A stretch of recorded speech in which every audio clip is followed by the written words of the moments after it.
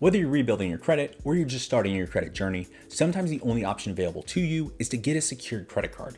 But that doesn't mean what you choose has to suck. I'm Bradford with the Penny Pinter's Guide to Personal Finance. Let's jump into my top 3 picks for secured credit cards to talk about the pros, the cons, and who they're best suited for. First, let's talk about what is the difference between a secured credit card and a regular credit card. Now, most credit cards that when you go and apply for them, they're considered to be unsecured. This means that if you go, you max out your credit limit, and then you just decide to stop paying, the credit card company doesn't have any way to recoup the money you've already spent without going through a long, drawn-out legal battle to be able to garnish your wages, which they're almost never going to do. So they're basically SOL at that point. Now, a secured credit card, on the other hand, works in a very similar manner to how a mortgage works. So with a mortgage, you go get a loan, you buy a house, and then you have to make your mortgage payments on a month-to-month basis. Now, for whatever reason you stop making those mortgage payments, the bank has the ability to foreclose on your house, kick you out, and then they can sell your house to be able to recoup some of the initial money that they lent you. A secured credit card works on a very similar basis.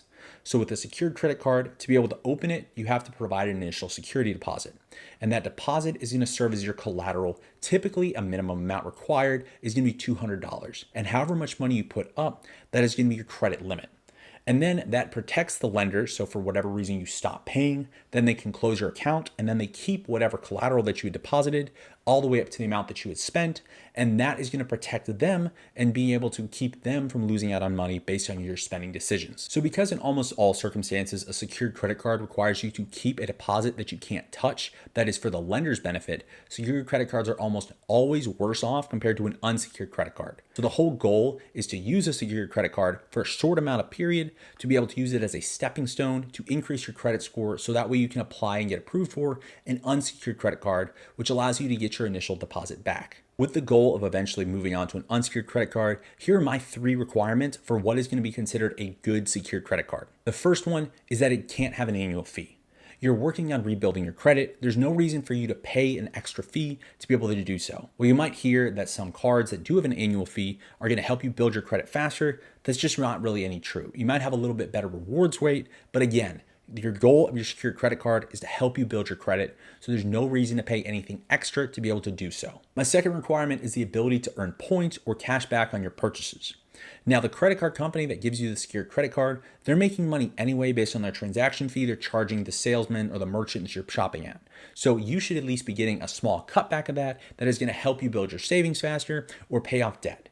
So look for something that is going to give you at least something back, and it's not just treating it as a debit card where the credit card company gets all the perks. And then my third requirement is that the credit card, it needs to give you the option, at least after a certain period of time, of building up a solid payment history to be able to upgrade your secured credit card to an unsecured version.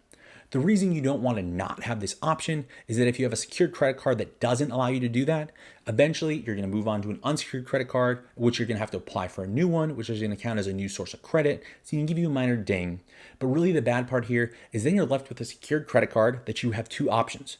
One, you can keep it so that way you don't lose on that credit history you built with it, which would ding your credit card, but you are locking up whatever your initial security deposit was. Then the other option you have is to close that account so you get your money back, but they're going to lose that source of credit history, which is going to lower your credit score, which kind of defeats the entire purpose of having a secured credit card to begin with. With those 3 requirements for what makes a good secured credit card in mind, first up on my list, which is not in a particular order, is going to be the Discover It Secured card. This card has no annual fee, has a minimum deposit requirement of $200 to open it. It's going to allow you to earn 2% back on gas stations and restaurants up to the first $1,000 in spend per calendar year quarter. And then any spending above that or for any other spending categories, you're going to earn 1% cash back.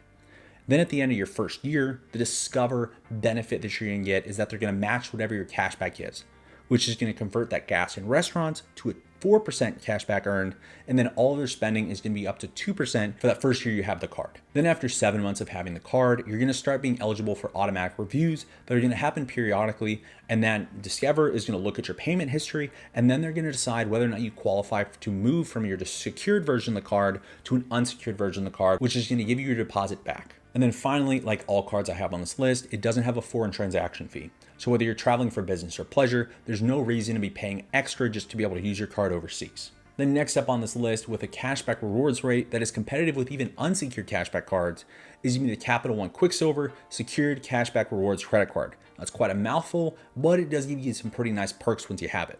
So just like the Discover It card, it's gonna have 0 annual fee, and it requires a minimum of $200 to be able to open up the card with your initial deposit. But where this card really shines is that no matter what spending category you're looking at, you're going to be earning a 1.5% flat cashback rate with no caps on how many rewards that you can earn, which is really competitive even with some of the best unsecured cashback cards like the Citi Double Cash or the Wells Fargo Active Cash cards. Another perk of this card is if you do decide to book hotels or rental cars through the Capital One travel portal, you can earn an additional 5% cash back by doing so. Then for transitioning to an unsecured version of the card, you're eligible for reviews starting after 6 months of owning the card with a solid payment history. Then another nice thing is that it gives you a lot of flexibility for how you use your cash back. You can get a check in the mail, you can ACH transfer to your bank, or you can just have it applied as a statement credit towards some of your purchases. And again, for all my travelers out there, no foreign transaction fee on this card. And then last up, while that initial security deposit to be able to open a secure credit card can be really difficult, especially if you're trying to rebound from something like a bankruptcy, the Chime Credit Builder credit card gives you the option to open up a secured credit card with no required minimum initial deposit. Now, like the other ones on this list, it has $0 annual fee. And then its secured credit card structure is actually quite nice because you don't have to lock any of your money away. Your security and your credit limit is going to come from however much money that you actually have in your checking account with Chime. That's a big restriction because you do have to bank with them if you want to be able to use the card, but it's not going to lock any of your money away. And it's going to work very similar to a debit card because you're not going to be able to spend more money than you have in your checking account. But the big difference, because it isn't a debit card, is you get some of the protections that a credit card has compared to a debit card, and you're going to be building up your credit score at the same time. The biggest drawback for this card is that you're not going to earn any sort of points or cash back with this card. I guess that's the trade-off by not having that initial security deposit to open it up. And then again, like the other cards on this list, there are no foreign transaction fees charged, but there is a pretty substantial list of where Chime is not accepted with countries around the globe, but a lot of those are places that you're probably not going to be traveling to for vacation anyway. Now for the all-important question, which card is best suited for you? I think the Discover It card is a really good card if you already have like a fair, borderline good credit score and you just haven't been able to meet the threshold to apply for an unsecured credit card. And if you know after about a year of owning this card and building up a solid payment history, your credit score is going to go up enough that you can qualify to make it an unsecured version.